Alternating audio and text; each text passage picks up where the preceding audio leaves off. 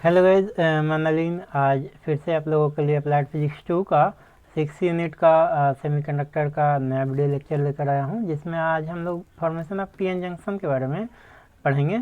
और इसके पहले जो भी वीडियो मैंने अपलोड किया है प्लीज़ इसको देख लीजिएगा, तभी जा कर के पीएन जंक्शन का फॉर्मेशन समझ में आएगा। क्या है सेमीकंडक्टर, डिप्लीशन लेयर क्या है, और इसका सिंबल क्या है, ये कंडक्शन बैंड क्या है, वैलेंस बैंड क्या है, सारी चीज़ों को मैंने पिछले वीडियो में बता दिया है। तो प्लीज़ इसको देख लीजिएगा, तभी जाके समझ में आएगा। और प्लीज़ जो भी अप्लाइड फिजिक्स 1 और 2 को पढ़ते हैं उन तक वीडियो पहुंचा दीजिए। एसबीटी से बिलोंग करने वाले जितने भी स्टूडेंट हैं उन तक पहुंचा दीजिए ताकि उनको लाभ मिल सके। चलिए स्टार्ट करते हैं फॉर्मेशन ऑफ पीएन जंक्शन। ये देखिए सारा सिलेबस मैंने ख़त्म कर दिया है, तो प्लीज़ देख लीजिएगा। चलिए स्टार्ट करते हैं आज formation of PN junction. Formation of PN junction बहुत ही आसान है। पीएन जंक्शन कैसे बनेगा? जब पी टाइप मटेरियल को एन टाइप मटेरियल के साथ क्या करेंगे, मिक्स कर देंगे। पी टाइप मटेरियल को किसके साथ मिक्स कर देंगे? जब एन टाइप मटेरियल के साथ मिक्स कर देंगे, उससे जो बनेगा नया मटेरियल, उसको हम लोग पीएन जंक्शन कहेंगे, है ना। तो चलिए और डिटेल से देखते हैं। Joining N type material with P type material causes electrons in the N type material to diffuse to the P side and excess holes from the p type material to diffuse to the n side, n type side, है ना। मतलब कि जब joining करते हैं तो electron n type से p type में जंप करते हैं और होल p टाइप से n टाइप में जंप करते हैं। और जब निश्चित है कि इलेक्ट्रॉन जंप करेंगे तो उनका एक ब्लैंक स्पेस होगा, खाली स्पेस, वो पॉजिटिव आयंस को छोड़ के जाते हैं, है ना। और जब पॉजिटिव चार्ज यानी पी टाइप से होल जंप करके एन टाइप में आएंगे तो वहाँ पे एक इलेक्ट्रॉन का लेयर तैयार करते हैं। यही दोनों लेयर को डिप्लीशन लेयर के नाम से जानते हैं। फिगर में हम अच्छे तरीके से समझाते हैं इसको, है ना। और देख लीजिए दूसरा point, movement of electrons to the P type side exposes positive ion cores in the N type side, है ना। जब कहता है movement of electrons to the P type, N type से पी टाइप में जब इलेक्ट्रॉन जाता है तो यहाँ पे पॉजिटिव आयन को छोड़ता है ना। Positive ion cores in the n type side, while movement of holes to the n type side excess negative ions core in the p type side, resulting in an electron field at the junction and forming the depletion region. A voltage result for the electric field formed at the junction. चलिए इसको अच्छे तरीके से figure से समझते हैं और इसको देखते हैं किस तरह से हमारा पीएन जंक्शन का फॉर्मेशन होता है। इसको आप हिंदी में समझ लीजिए, फिर फिगर में समझाते हैं ना। पी टाइप सामग्री के साथ एन टाइप सामग्री में शामिल होने से एन टाइप सामग्री में अतिरिक्त इलेक्ट्रॉन पी टाइप पक्ष में फैल जाते हैं और पी टाइप सामग्री से अतिरिक्त होल, छेद यहाँ पे का मतलब होल समझिएगा ना, एन टाइप पक्ष में फैल जाते हैं। पी टाइप पक्ष में इलेक्ट्रॉनों की गति एन टाइप पक्ष में सकारात्मक आयन कोर को उजागर करती है, जबकि एन टाइप पक्ष में छिद्रों की गति पी टाइप पक्ष में नकारात्मक कोर को उजागर करती है, जिसके परिणाम स्वरूप जंक्शन पर इलेक्ट्रॉन क्षेत्र होता है और बनता है हयास क्षेत्र। जंक्शन पर बने विद्युत क्षेत्र से वोल्टेज का परिणाम। चलिए देखते हैं इसको, समझते हैं अच्छे तरीके से फिगर के माध्यम से। देखिए ये मेरा डिप्लीशन रीजन का फॉर्मेशन हुआ। ये पी टाइप मटेरियल है, ये पूरा का पूरा जो दिखाया गया पी टाइप मटेरियल यहाँ से यहाँ पे होलों को हम लोग इस तरह से गोल घेरा में दिखाते हैं और इलेक्ट्रॉन को देखिए ध्यान दीजिएगा, होल को हम लोग इस तरह से गोल में लिखते हैं और इलेक्ट्रॉन को हम लोग इस तरह से गोल करके इसको कलर कर देते हैं, यानी गाढ़ा कर देते हैं। ये इलेक्ट्रॉन का सिंबल है ना सेमीकंडक्टर में, ध्यान दीजिएगा। तो देखिएगा यहाँ पे गोल गोल है, ये होलो की संख्या ज़्यादा होता है पी टाइप में और एन टाइप में इलेक्ट्रॉनों की संख्या ज़्यादा है। अब इसको समझिए अच्छी तरीके से। अब जब दोनों को मिलाया गया तो इनिशियली में जब पी टाइप एन टाइप को मिलाया गया तो जिसका जो मेजोरिटी है, मान लिया कि इसका मेजोरिटी क्या है, इलेक्ट्रॉन, तो यहाँ से इलेक्ट्रॉन जंप करके कहाँ चला जाएगा, होल में। और यहाँ से होल, इसमें मेजोरिटी किसका, होलों की संख्या यानी पॉजिटिव चार्जों की संख्या ज़्यादा है, तो यहाँ से जंप करके इसमें होल आ जाएंगे। तो सोचिए ज़रा कि यहाँ से इलेक्ट्रॉन जंप करके जब यहाँ आएंगे पी टाइप में, तो यहाँ पे ये किसी न किसी से बंधा हुआ होगा, यानी इलेक्ट्रॉन बंधा हुआ होगा होल से, यानी पॉजिटिव चार्ज से। इलेक्ट्रॉन पे नेगेटिव चार्ज है और होल पे पॉजिटिव चार्ज, तो पॉजिटिव चार्ज से बंधा हुआ होगा। तो जैसे ही यहाँ से जंप करके ये जाएगा तो पॉजिटिव चार्ज को छोड़ के जाएगा। इसी तरह से जब बहुत सारे इलेक्ट्रॉन्स यहाँ से जंप करके जाएंगे तो बहुत सारे पॉजिटिव चार्ज को ये छोड़ के गए, है ना, जिससे कि एक लेयर का फॉर्मेशन हो गया।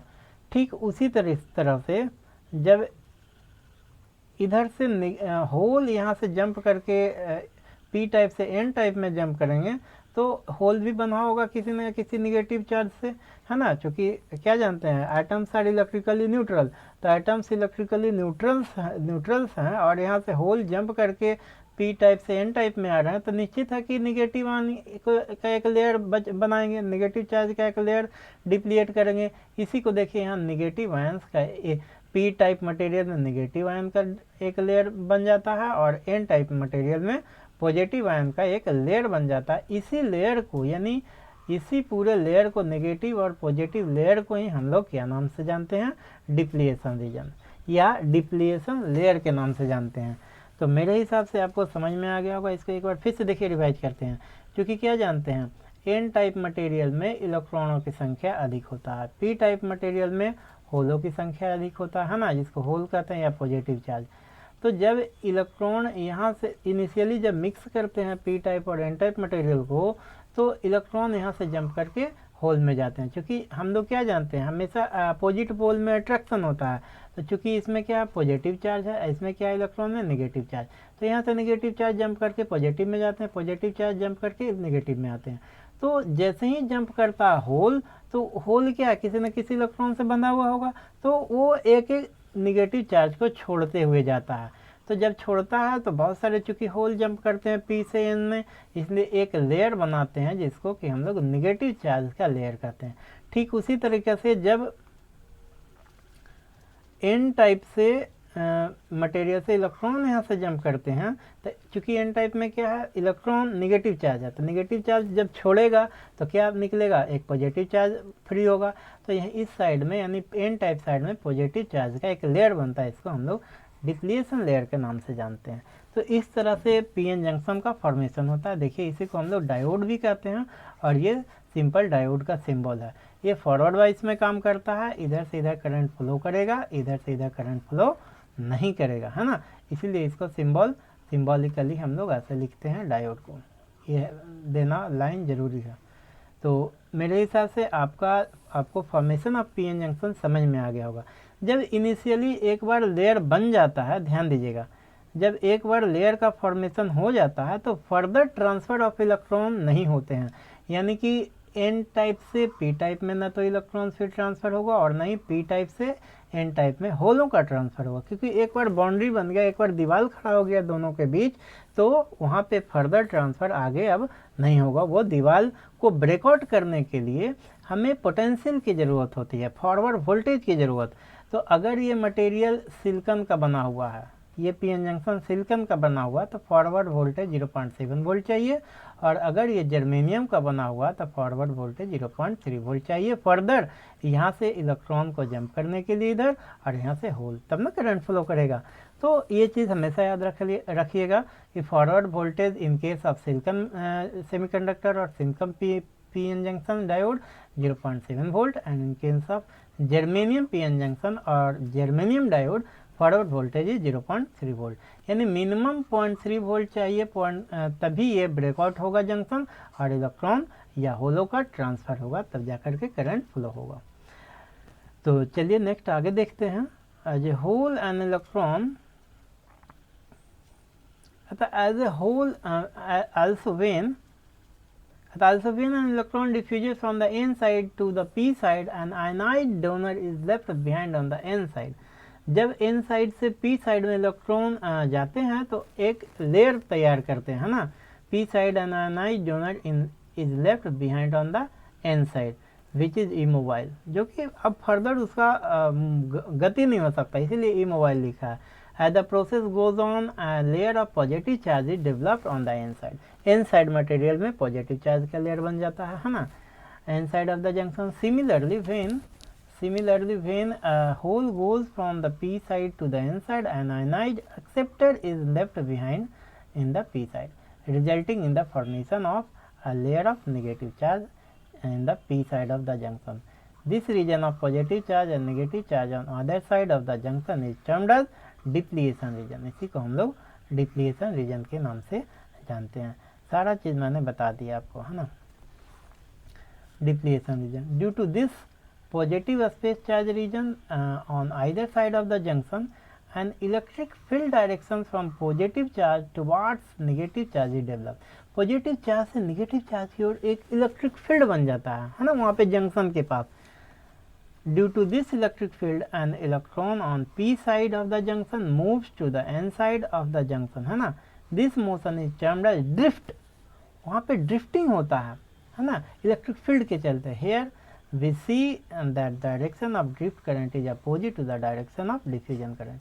तो ध्यान रखिएगा हमेशा ड्रिफ्ट करंट का जो डायरेक्शन होता है डिफ्यूजन करंट से हमेशा अपोजिट होता है. चलिए इसी को हिंदी में देखते हैं.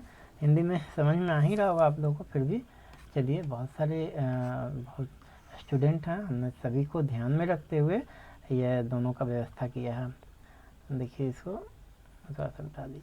कहता है इसके अलावा जब एक इलेक्ट्रॉन एन साइड से पी साइड में फैलता है तो एक आयनित दाता एन साइड पर पीछे रह जाता है जो अस्थिर होता है, वो इमोबाइल होता है नहीं डाटा, है ना. जैसे जैसे प्रक्रिया आगे बढ़ती है जंक्शन के एन साइड पर सकारात्मक चार्ज की एक परत, एन रीजन में पॉजिटिव चार्ज यानी एन साइड में पॉजिटिव चार्ज का लेयर और पी साइड में नेगेटिव चार्ज का लेयर बनता है. यही चीज़ हमेशा याद रखेगा. इसी तरह एक पी साइड से एन साइड में जाता है तो आयनाइज स्वीकार पी साइड में पीछे रह जाता है, जिसके परिणाम स्वरूप जंक्शन के पी साइड में ऋणात्मक, एन साइड में धनात्मक और पी साइड में ऋणात्मक आवेशों की परत बन जाती है.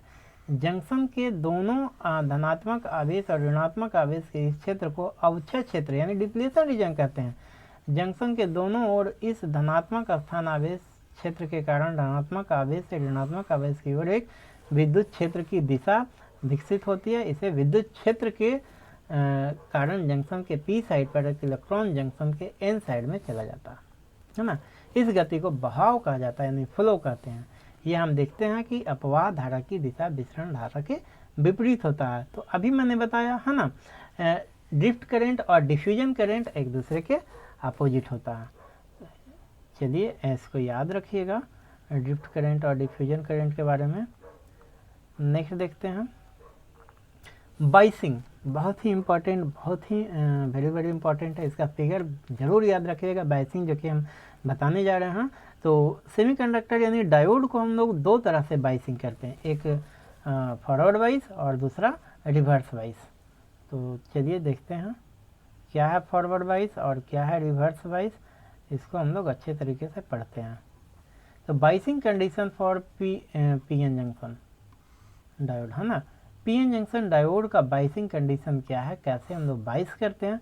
कहता है there are two operating region in the PN junction diode, P type और एन टाइप. दो ऑपरेटिंग रीजन है ना, पी टाइप और एन टाइप. तो इस पी टाइप और एन टाइप के मटेरियल के हिसाब से हम लोग बाइसिंग करते हैं, फॉरवर्ड वाइज और रिवर्स वाइज. चलिए देखते हैं क्या है. There are 3 biasing condition for PN junction diode and this is based on the voltage applied. कहता है हम लोग बाइसिंग का प्रक्रिया जो है 3 तरीके से करते हैं और तीनों में तरीका अलग अलग होता है. वो निर्भर किससे करता है, वोल्टेज हम कैसे अप्लाई करते हैं. तो सबसे पहले कह रहा है जीरो बाइसिंग, है ना. जीरो बाइसिंग क्या है. Zero biasing there is no external voltage apply to the PN junction diode. Zero biasing में किसी तरह का कोई वोल्टेज ही नहीं देते हैं, है ना. तो ये जीरो बाइसिंग चला गया. आगे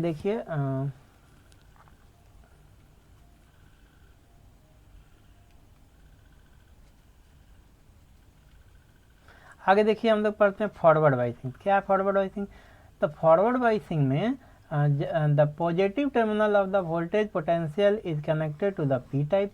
चूँकि ये मेरा देखिए पी टाइप मटेरियल है और ये एन टाइप है. तो पी टाइप में क्या जानते हैं पॉजिटिव चार्ज की संख्या ज़्यादा होता है और एन टाइप में क्या जानते हैं नेगेटिव चार्ज की संख्या ज़्यादा होता है. तो कहता है जब पी टाइप मटेरियल को बैटरी के पॉजिटिव टर्मिनल से और एन टाइप मटेरियल को बैटरी के नेगेटिव टर्मिनल से जोड़ते हैं तो इस तरह के बाइसिंग को हम लोग फॉरवर्ड बाइसिंग कहते हैं. देखिएगा the positive terminal of the voltage potential is connected to the P type while the negative terminal is connected to the n type. This type of biasing is called forward biasing. Reverse biasing में क्या करते हैं. Reverse biasing में हम लोग जब P type को देखिएगा इधर पी टाइप में पॉजिटिव चार्ज की संख्या अधिक होता है और एन टाइप में नेगेटिव चार्ज की संख्या अधिक होता है.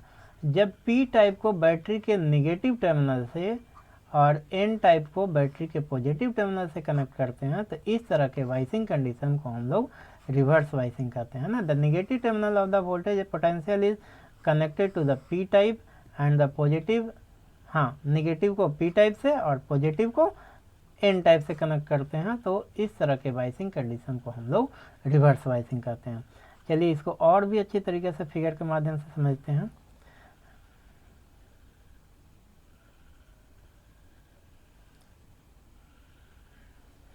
इसको हिंदी में देख लीजिए, हिंदी में समझ में आ ही गया होगा आप लोगों को, है ना। इसको अच्छे तरीके से आप लोग पढ़िएगा, ध्यान दीजिएगा। थोड़ा सा हम आगे बढ़ते हैं। देखिए इसी चीज़ को जो अभी मैंने बताया है ना, क्या है ये देखिए एन टाइप है, एन टाइप है तो एन टाइप में नेगेटिव चार्ज की संख्या अधिक होता है। इसको किससे जोड़ा गया? बैटरी के नेगेटिव टर्मिनल से, है ना। इसमें पॉजिटिव चार्ज की संख्या अधिक होता है, तो पॉजिटिव से जोड़ा गया, इसको फॉरवर्ड वाइसिंग कहेंगे, है ना। यहाँ पे देखिए बैटरी है, बैटरी का सिंबल है, ये नेगेटिव टर्मिनल है बैटरी का, ये पॉजिटिव टर्मिनल है, और ये यहाँ पे डिप्लीशन रीजन बना हुआ। अभी मैंने बताया कि जो एन टाइप साइड में किसका डिप्लीशन रीजन बनेगा? तो पॉजिटिव चार्ज का डिप्लीशन रीजन, देखिए यहाँ पे दिखाया गया है ना। और पी टाइप साइड में किसका डिप्लीशन रीजन बनेगा? तो नेगेटिव का, यहाँ पी टाइप साइड में, है ना, ये डिप्लीशन रीजन। तो इस तरह से आपका वाइसिंग फिगर जरूर बनाइएगा, एग्जाम में फिगर नहीं बनाइएगा, नंबर कट जाएगा। चलिए तो आपको वाइसिंग समझ में आ गया होगा, फॉरवर्ड वाइस और रिवर्स वाइस। इसको और भी अच्छे तरीके से समझिए, इसको हम लोग डिटेल करते हैं फॉरवर्ड वाइस को, है ना। देखिए फॉरवर्ड वाइस को इसका वर्किंग समझने के लिए देखिए इसको समझाते हैं आपको। वर्किंग क्या होता है फॉरवर्ड वाइस के केस में कि जब इसको हम पी टाइप को पॉजिटिव से कनेक्ट करते हैं, तो यहाँ से देखिए पॉजिटिव चार्ज आएगा, यहाँ से क्या आएगा? Positive charge. और इसमें तो ऑलरेडी पहले से पॉजिटिव चार्ज है, क्या है? इसमें ऑलरेडी पहले से पॉजिटिव चार्ज है। और यहाँ से आएगा क्या? निगेटिव, बैटरी से निगेटिव इलेक्ट्रॉन आएगा, है ना। और यहाँ पहले से निगेटिव चार्ज पहले से खड़ा है, तो पॉजिटिव चार्ज यहाँ पे बैटरी वाला और इस मटेरियल वाला पॉजिटिव चार्ज दोनों में क्या होगा? रिपल्सन होगा, तो ये इधर भागेगा। यहाँ पर भी बैटरी का निगेटिव इलेक्ट्रॉन और इसका निगेटिव चार्ज में रिपल्सन होगा, तो किधर भागेगा? डिप्लीशन रीजन की ओर। तो फाइनली क्या होगा? जब यहाँ पे डिप्लीशन रीजन की ओर भागेगा पॉजिटिव चार्ज, और डिप्लीशन रीजन में पहले से नेगेटिव चार्ज बैठा हुआ है, तो कंबाइन करना शुरू कर देगा। यहाँ इसका ये जो इलेक्ट्रॉन यानी नेगेटिव आयन और पॉजिटिव आयन आपस में कंबाइन करेंगे। ठीक उसी तरह से इस साइड भी वही होगा, इधर से नेगेटिव आयन आ रहा है और बैठा हुआ है डिप्लीशन रीजन में क्या? पॉजिटिव आयन, तो यहाँ भी दोनों कंबाइन करना शुरू करेंगे। जब इधर भी निगेटिव पॉजिटिव कंबाइन करेंगे, इधर भी निगेटिव पॉजिटिव कंबाइन करेंगे, तो धीरे धीरे डिप्लीशन रीजन का साइज क्या होगा? छोटा होता जाएगा, छोटा होता जाएगा। और एक ऐसा समय आएगा जब पूर्ण रूप से फॉरवर्ड रेसिस्टेंस जो है कम जाएगा और जीरो हो जाएगा, और कंडक्शन आसानी से होना शुरू हो जाएगा।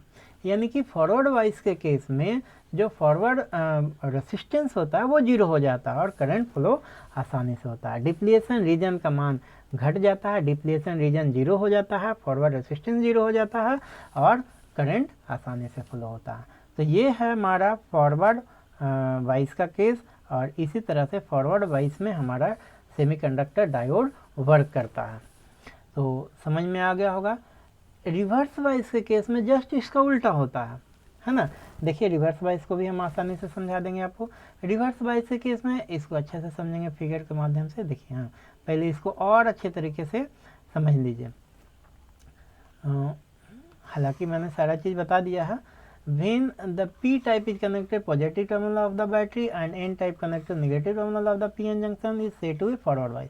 When the PN junction is forward wise, the built-in electric field at the PN junction and the applied electric field are in opposite direction. अभी मैंने बताया है ना, when both the electric field add up, the resultant electric field has a magnitude lesser than the built-in electric field, है ना। This result in less resistive, यानी दोनों का क्या होता है कि लेस रेसिस्टिविटी प्रोवाइड करता है। फॉरवर्ड वाइज के केस में ऑलरेडी पीएन जंक्शन एकदम पूरा तरह से डिक्रीज हो जाता है। कैसे डिक्रीज होता है? मैकेनिज्म के माध्यम से मैंने बताया। एंड थिनर डिप्लीशन रीजन एकदम पतला होता है। This depletion region is resistance becomes negligible, और पूरी तरह से उसका रेसिस्टेंस कम जाता है, निग्लिजिबल हो जाता है। When the applied voltage is larger in silicon at the voltage 0.6 volt, मैंने बताया था अभी 0.7 वोल्ट, तो 0.7 ही याद रखिएगा सिलिकॉन के केस में, और जर्मेनियम का अगर डायोड बना हुआ तो 0.3 वोल्ट, है ना। The resistance of the depletion region becomes completely negligible and the current flow across the unimpeded. Unimpeded का मतलब बिना रोक ठोक के, है ना।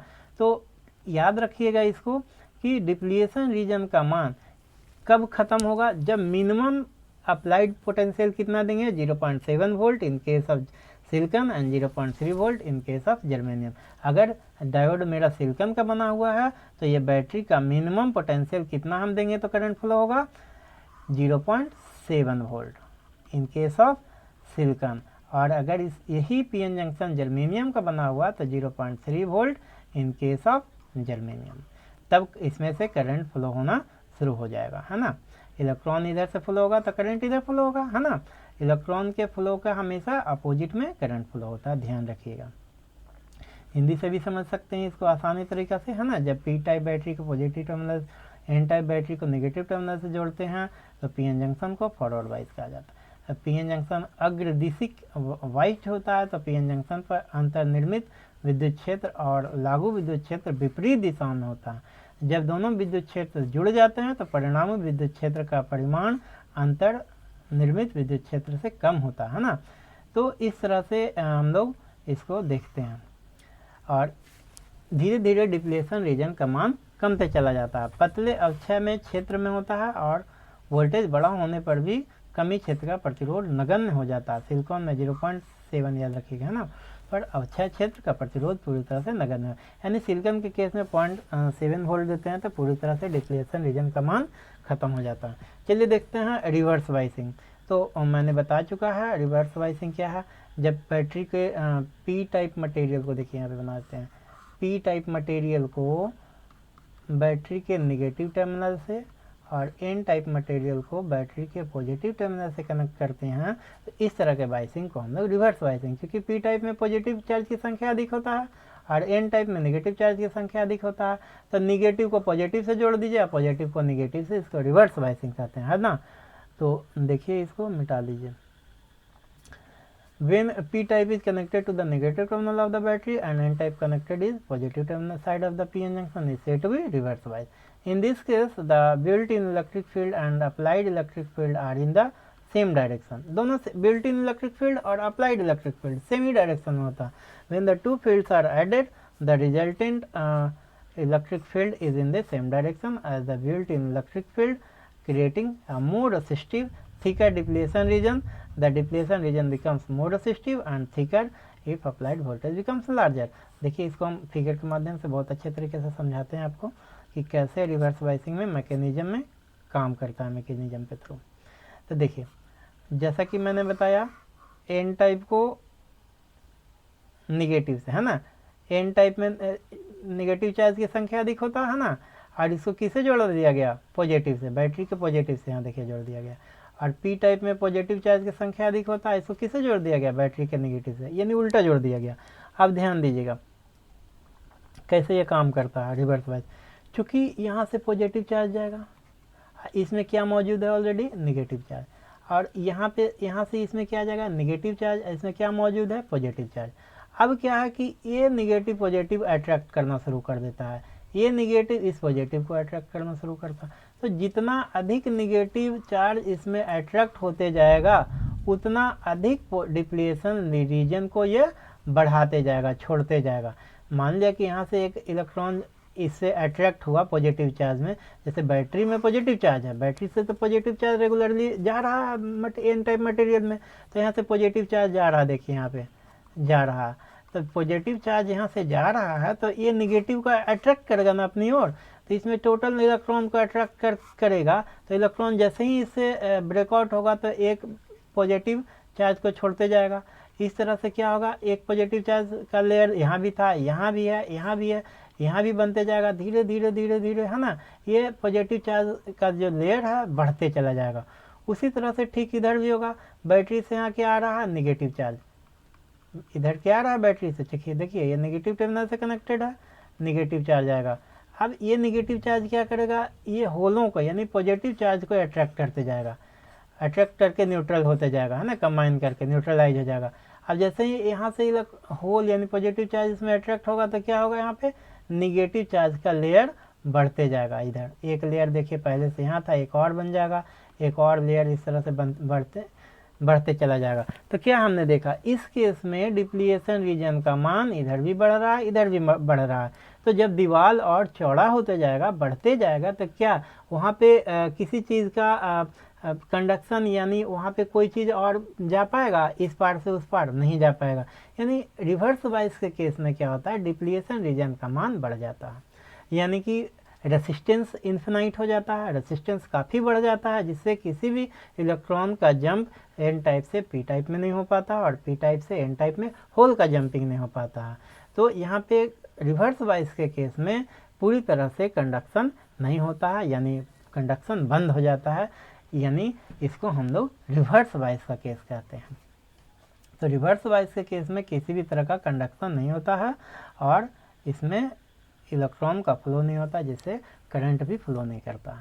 तो 2-3 चीज़ याद रखेंगे रिवर्स बाइस के केस में, क्या क्या चीज़, तो built in electric field creating more resistive, है ना, ज़्यादा रेसिस्टेंस प्रोवाइड करता है। वहाँ पर जो इलेक्ट्रिक फील्ड बना डिप्लीशन रीजन मतलब इन्फिनाइट रेसिस्टेंस शो करता है। ठीक है, डिप्लीशन रीजन यानी डिप्लीशन रीजन का मान भी चौड़ा हो जाता है, मोटा हो जाता है। The depletion region becomes more resistive, ज़्यादा रेसिस्टेंस प्रोवाइड करता है। ज़्यादा रेसिस्टेंस रहेगा तो करंट फ्लो करेगा, निश्चित है नहीं फ्लो करेगा, है ना। Thicker if the applied voltage becomes larger, applied voltage जितना दे कोई फर्क नहीं पड़ता, फाइनली ज़्यादा वोल्टेज देंगे तो डायोड जल जाएगा, पीएन जंक्शन ब्रेकआउट हो जाएगा, लेकिन करंट फ्लो नहीं होगा रिवर्स बाइस के केस में। तो मेरे हिसाब से आपको रिवर्स बाइस क्लियर हो गया होगा, फॉरवर्ड बाइस क्लियर हो गया होगा। थोड़ा सा देख लीजिए हिंदी में क्या कहते हैं, विपरीत पूर्वाग्रह, हिंदी में इसको हम लोग विपरीत पूर्वाग्रह कहते हैं। जब पी टाइप बैटरी के निगेटिव टर्मिनल से जुड़ा होता है और एन टाइप को पॉजिटिव से जोड़ा जाता है तो पीएन जंक्शन को रिवर्स बाइस कहा जाता है।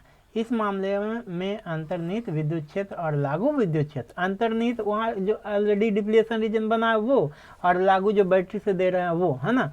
जब दो क्षेत्र को जोड़ा जाता है तो परिणामी विद्युत क्षेत्र उसी दिशा में होता है जिसमें अंतर्निर्मित विद्युत क्षेत्र अधिक प्रतिरोध, मोटा अवक्षय क्षेत्र बनाता है। डिप्लीशन रीजन काफ़ी बढ़ जाता है, फॉरवर्ड रेसिस्टेंस रिवर्स रेसिस्टेंस काफ़ी बढ़ जाता है ना। यदि लागू वोल्टेज बड़ा हो जाता है तो कमी क्षेत्र अधिक प्रतिरोध और मोटा होते जाता है। तो इस तरह से रिवर्स बाइस के केस में किसी भी तरह का कंडक्शन नहीं होता है, किसी भी तरह का इसमें से फ्लो करंट का नहीं होता। लेकिन अगर पूरा एकदम माइक्रो लेवल पर देखिएगा तो मिली और माइक्रो एम्पियर का फ्लो होता है due to minority charge carriers. कोई कोई बुक में लिखता है और इसको हम भी बता देते हैं ना, ड्यू टू, देखिए ध्यान दीजिएगा, अभी मैंने क्या बताया, पी टाइप को निगेटिव टर्मिनल से, है ना, और एन टाइप को पॉजिटिव टर्मिनल से जोड़ा जाता है, उल्टा पलटी, है ना, ये नेगेटिव होता है, यहाँ पॉजिटिव होता है, तो पॉजिटिव को नेगेटिव से जोड़ा जाता है, नेगेटिव को पॉजिटिव से, इसको हम लोग क्या नाम दिए, रिवर्स बाइस। लेकिन अभी मैंने बताया कि डिप्लीशन रीजन का मान बढ़ जाता है इस केस में तो फ्लो नहीं होता करंट, तो फॉरवर्ड करंट नहीं फ्लो होता। लेकिन रिवर्स बाइस के केस में due to minority charge carriers milli और माइक्रो एम्पियर में करंट फ्लो होता है, जो कि बहुत ही नगण्य है। अच्छे अच्छे बुक में लिखा हुआ है तो मुझे भी बताना पड़ा, है ना। तो मिली और माइक्रो एम्पियर में करंट फ्लो होता है, जो कि बहुत ही नगण्य होता है। तो देखिएगा कहीं कहीं डायोड वगैरह रिवर्स बाइस के केस में लगाया जाता है, खासकर इंडिकेटर वगैरह या फिर अन्य और भी किसी चीज़ों में जहाँ पे उसका यूज किया जाता है, रिवर्स बाइस का यूज। लेकिन वही है कि ज़्यादा करंट, ज़्यादा वोल्टेज देगा तो वो जल जाएगा, खराब हो जाएगा। चलिए आगे देखते हैं। How does current flow in A PN junction diode, PN junction diode में किस तरह से करंट फ्लो होता है, इसका कैरेक्टरिस्टिक्स है। तो देखिए कैरेक्टरिस्टिक्स इसको देख लीजिए, इसके बाद आगे सिलेबस को बढ़ाते चलेंगे।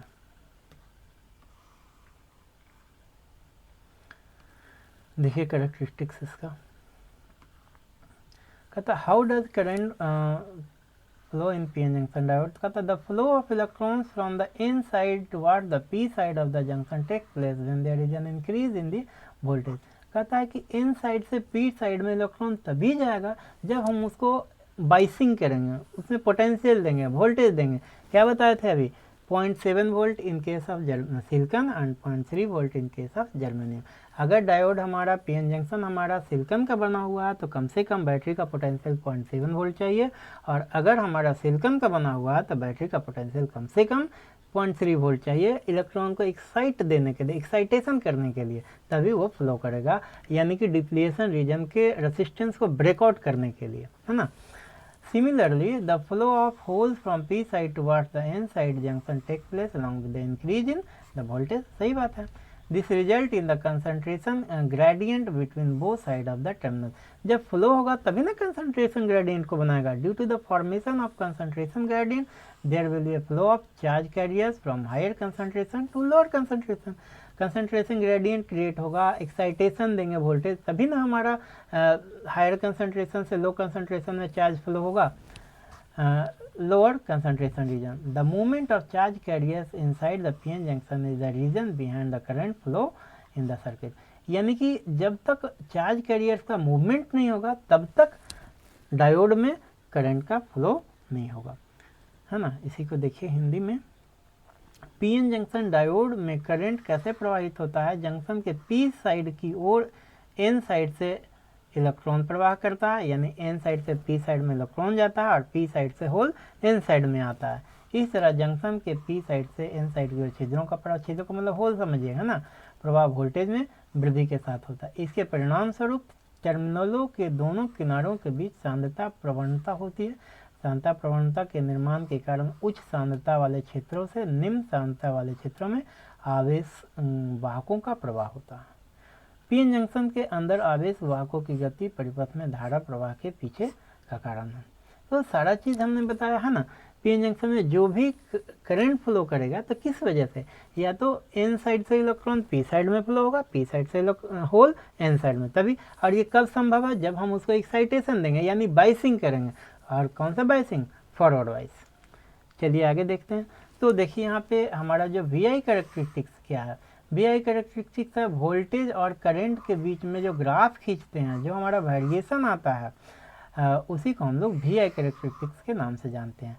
तो डायोड के केस में वी आई कैरेक्टरिस्टिक्स इस तरह से जाता है, लीनियर, है ना। शुरुआत में 0.7 वोल्ट जब तक नहीं पहुँचता है तब तक ये धीरे धीरे बढ़ते रहता है करंट, और जैसे ही 0.7 वोल्ट को पार करता है तो इस तरह से करंट लिनियरली सीधे आगे फ्लो करता है। रिवर्स वाइज के केस में देखिए यही चीज़ है ना। रिवर्स वाइज के केस में भी इस तरह से जब एक ब्रेकडाउन पोटेंशियल पे पहुंचता है, इसको ब्रेकडाउन वोल्टेज कहते हैं। ब्रेकडाउन होता है तो सीधे ब्रेकडाउन हो जाता है, टूट जाता है, और इसके बाद करंट सीधे फ्लो हो जाता है, यानी डायोड जल जाता है, ब्रेकडाउन हो जाता है, ख़त्म हो जाता है इस केस में। तो जर्मेनियम के केस में फॉरवर्ड वोल्टेज कितना चाहिए? 3.3 वोल्ट, और सिलिकॉन के केस में फॉरवर्ड वोल्टेज 0.7 वोल्ट चाहिए। उस 0.7 वोल्ट के बाद जो करंट फ्लो करेगा इस तरह से लिनियरली आगे बढ़ते चला जाएगा सिलिकॉन के केस में। और अगर जर्मेनियम का है तो मात्र 0.3 वोल्ट ही चाहिए इस तरह से लीनियर बनाने के लिए, लीनियर ग्राफ। तो इस तरह से मेरा करंट और वोल्टेज के बीच ग्राफ बनता है सिंपल डायोड का। ये ग्राफ जरूर बनाइएगा, वी आई कैरेक्टरिस्टिक्स जरूर लिखिएगा, ये आता है लिखने के लिए, और फिगर भी जरूर बनाइएगा, तभी आपका नंबर बढ़िया से मिलेगा। नहीं तो नंबर हो सकता है कि कॉपी चेक करने वाले कुछ ना कुछ काट ले। अब देखिए, अब इसका एप्लीकेशन क्या है। तो the main application of PN junction diode is in rectification. मैंने पहले भी बताया कि रेक्टिफिकेशन करने में सर्किट में। रेक्टिफिकेशन क्या है? तो एसी को डीसी बनाने में, यानी पीएन जंक्शन डायोड को हम लोग एसी से डीसी बनाते हैं, यानी अल्टरनेट करंट को डायरेक्ट करंट में ये चेंज कर देता है। देखिए ध्यान दीजिएगा, अल्टरनेट करंट का सिंबल ऐसा है।